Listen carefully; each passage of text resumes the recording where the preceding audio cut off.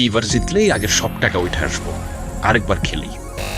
দূর হাইয়া গেছি, আবার খেলতে হইব। দেখি রূপা এই মাসের গড়বাড়ার টাকাটা কই রাখছে। Breaking news. অনলাইন গেম ও সহজে অর্থ উপার্জনের প্রলোভনে অবৈধ জুয়ার ফাঁদে প্রতারিত হচ্ছেন বহু মানুষ। এ বিষয়ে বিস্তারিত জানাতে আমাদের সঙ্গে যুক্ত হচ্ছেন আমাদের রিপোর্টার নার্গিস। ধন্যবাদ আমান। অনলাইন জুয়া ও লোভনীয় গেমের আসক্তিতে অনেকেই পরিবারের কষ্টার্জিত আয় হারিয়ে সর্বশান্ত হচ্ছেন। চলুন দেখি বিস্তারিত। মাসের বেতন পাইলেই উনি সব গেমে ঢুকায়। আমি ধার দেনায় ডুইবা যাইতেছি। টাকা না থাকায় অনেক সময় বাচ্চা না খাইয়া থাকে। মা অসুস্থ, কিন্তু ডাক্তার দেখাইতে পারি না। ঘরের জিনিসপত্র সহ সেলাই মেশিন, এমনকি আমার সোনার চেইনটাও বেচে দিছে। প্রতি মাসে বেতন পাইলেই একই অবস্থা।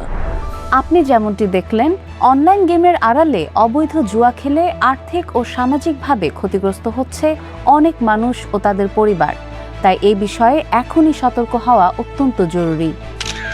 অনলাইন জুয়া, জালিয়াতি ও প্রতারণায় জড়িত অপরাধীর সর্বোচ্চ 2 বছর কারাদণ্ড বা সর্বোচ্চ 1 কোটি টাকা অর্থদণ্ড কিংবা উভয় দণ্ডের বিধান রয়েছে।